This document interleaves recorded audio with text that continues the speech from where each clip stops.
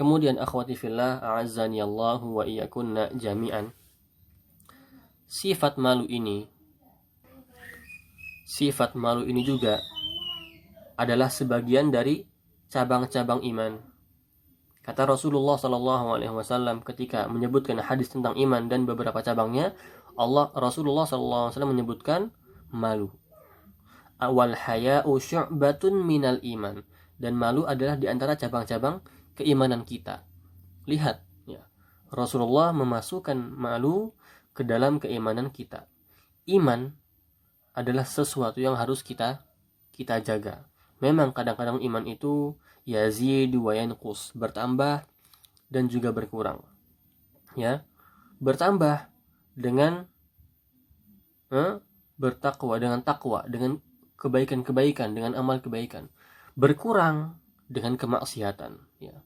Sering kita merasakan keimanan kita kurang karena kita melakukan maksiat-maksiat, ya, yang terang-terangan ataupun yang sembunyi, na'udzubillahi min dzalik. Kemudian akhwati fillah, ada ulama yang menafsirkan hadis ini dengan tafsiran yang lain tadi yang kita sebutkan, ya.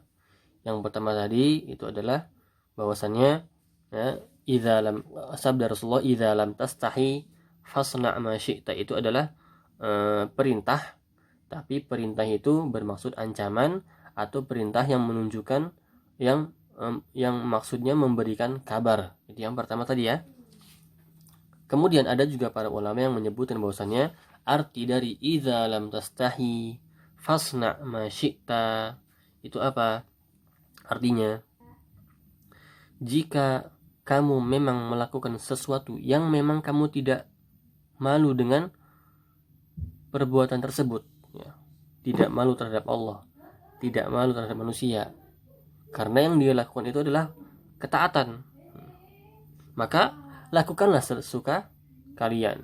Nah, ini adalah arti yang kedua, yaitu apa? Artinya apa di sini? Jika kalian ingin melakukan ketaatan, maka jangan malu-malu. Nah, seperti itu. Maka lakukanlah apa yang kamu sukai dalam ketaatan tersebut. Nah, ini adalah maksud yang kedua dari sabda Rasulullah SAW ini. Kemudian akhwati fillah, a'azzani Allah wa iyyakunna jami'an. Kemudian akhwati fillah, kita masuk ke macam-macam malu, ya. Maksudnya seorang manusia itu bisa mendapatkan sifat malu itu dari dua cara. Yang pertama adalah sifat malu ini memang asli, ya. Dia mempunyai sifat malu ini asli dari ketika dia lahir. Itu jibillah. Memang kebiasaan dia itu adalah sifat malu. Dan sifat malu ini adalah salah satu akhlak yang paling terpuji yang Allah Subhanahu wa taala berikan kepada seorang hambanya, ya. Dengan malu, ya, seorang hamba tidak melakukan, ya, yang bisa menghancurkan kehormatannya, ya. Seperti itu, ya. Maka barang siapa yang malu maka dia akan terselamatkan, ya. Maka dia akan tersembunyi dari yang dia tidak sukai. Barang siapa yang terselamatkan dan tersembunyi, maka dia adalah orang yang bertakwa kepada Allah Subhanahu wa taala. Dan barang siapa yang bertakwa, maka Allah Subhanahu wa taala akan menjaganya. Jadi kesimpulannya, dengan sifat malu inilah Allah Subhanahu wa taala menjaga kita dari apa? Dari kemaksiatan, ya, dari keburukan, dari sesuatu amalan yang melalaikan kita dan menghancurkan kehormatan kita, ya. Jika seseorang itu meninggalkan dosa karena dia malu, karena ada seorang tabi'in, ya, namanya Al-Jarrah bin Abdullah Al-Hakami. Kata beliau rahimahullahu ta'ala, aku telah meninggalkan dosa selama 40 tahun dan yang menghalangi dosa itu adalah malu. Kemudian aku merasakan wara', sifat wara'. Apa itu sifat wara'? Sifat wara' itu adalah meninggalkan apa yang dia tidak meninggalkan yang tidak berguna dalam kehidupannya, yang tidak perlu-perlu amat nggak usah dilakukan, ya. Lama-lama yang mubah-mubah, ya, dia tidak lakukan yang mubah, ya. Dia akan, ya, tercukupi dengan yang wajib dan sunnah. Jadi orang yang wara' itu adalah orang yang wara' yang level tinggi. Itu apa? Orang yang wara' meninggalkan yang perkara yang mubah-mubah. Dia tidak banyak-banyak melakukan perkara yang mubah, tidak banyak tidur, tidak banyak makan, tidak banyak ngobrol, tidak banyak fudulun nazar, tidak banyak memandang, tunduk pandangannya, tidak terlalu banyak ingin mengetahui sesuatu yang tidak berarti baginya, berita-berita ya nggak jelas, ya, berita-berita artis, berita-berita bola, ya. Kemudian kabar-kabar yang tidak jelas, yang masih belum jelas ininya kesahihannya, maka dia tinggalkan. Buat apa itu? Maka sifat malu itu akan melahirkan sifatnya seperti ini. Orang yang sudah sifatnya seperti ini, maka tujuannya hanya satu, kepada Allah Subhanahu wa ta'ala.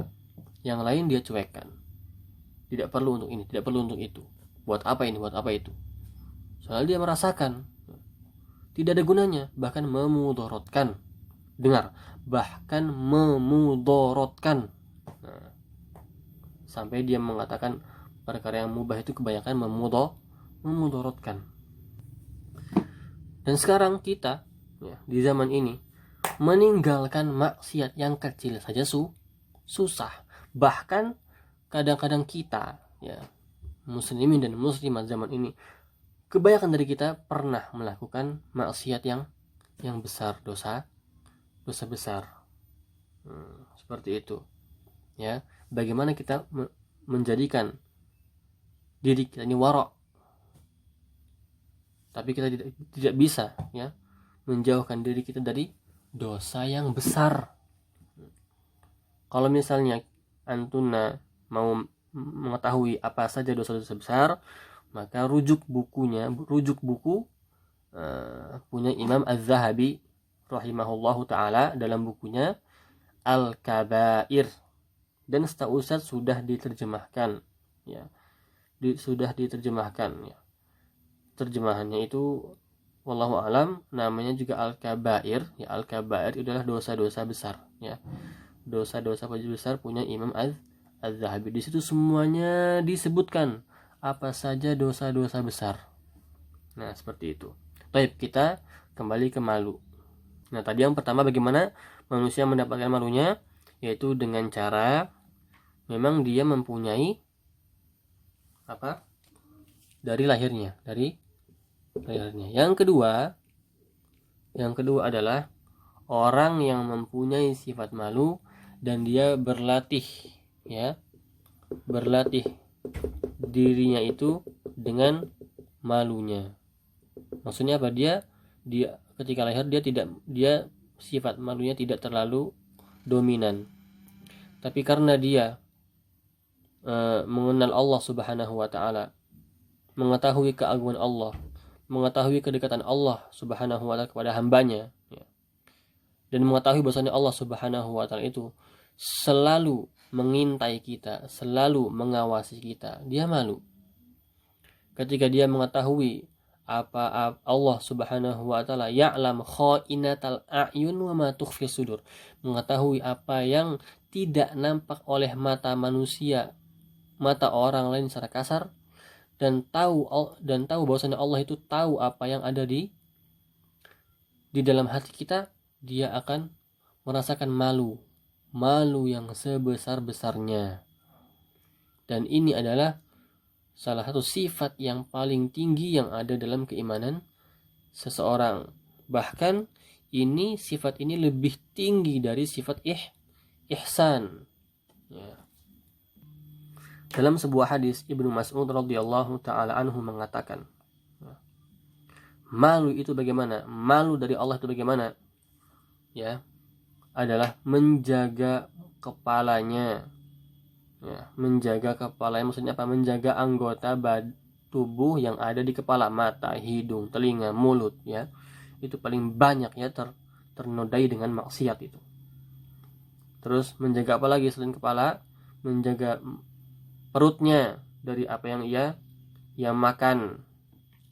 Kemudian di antara yang lainnya adalah mengingat kematian dan juga bencana-bencana yang ada di hari akhirat nanti.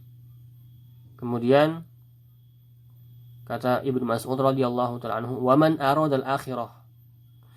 Dan barang siapa yang ingin akhirat, dia harus meninggalkan perhiasan-perhiasan dunia, ya, ketenaran, ya, pengen terkenal, ya, pengen harta, ya, semuanya harus ditinggalkan, foya-foyanya harus ditinggalkan semuanya.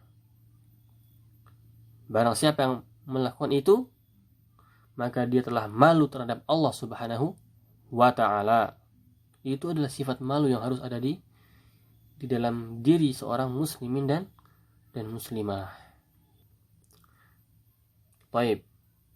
Nah, itulah penjelasan hadis yang nomor ke-20. Idza lam tastahi fasna ma syi'ta. Dan di sini ada tugas untuk antunna, ya. Yang pertama, tugasnya adalah ya, soal pertama, jelaskan sabda Rasulullah sallallahu alaihi wasallam, inna mimma adrakan nasu min kalamin nubuwatil ula. Jelaskan sabda Rasulullah dalam hadis ini, inna mimma adrakan nasu min kalamin nubuwatil ula. Jelaskan itu. Kemudian soal yang kedua adalah sebutkan arti dari idza lam tastahi fasna ma syi'ta, dan jelaskan apa itu artinya. Kemudian berikan contohnya. Kemudian yang ketiga adalah soalnya, apa sebab dari dicabutnya sifat malu dari seorang hamba oleh Allah Subhanahu wa ta'ala? Apa sebab atau akibat jika, ya, sifat malu seorang hamba itu dicabut oleh Allah Subhanahu wa ta'ala? Ini soal yang ketiga.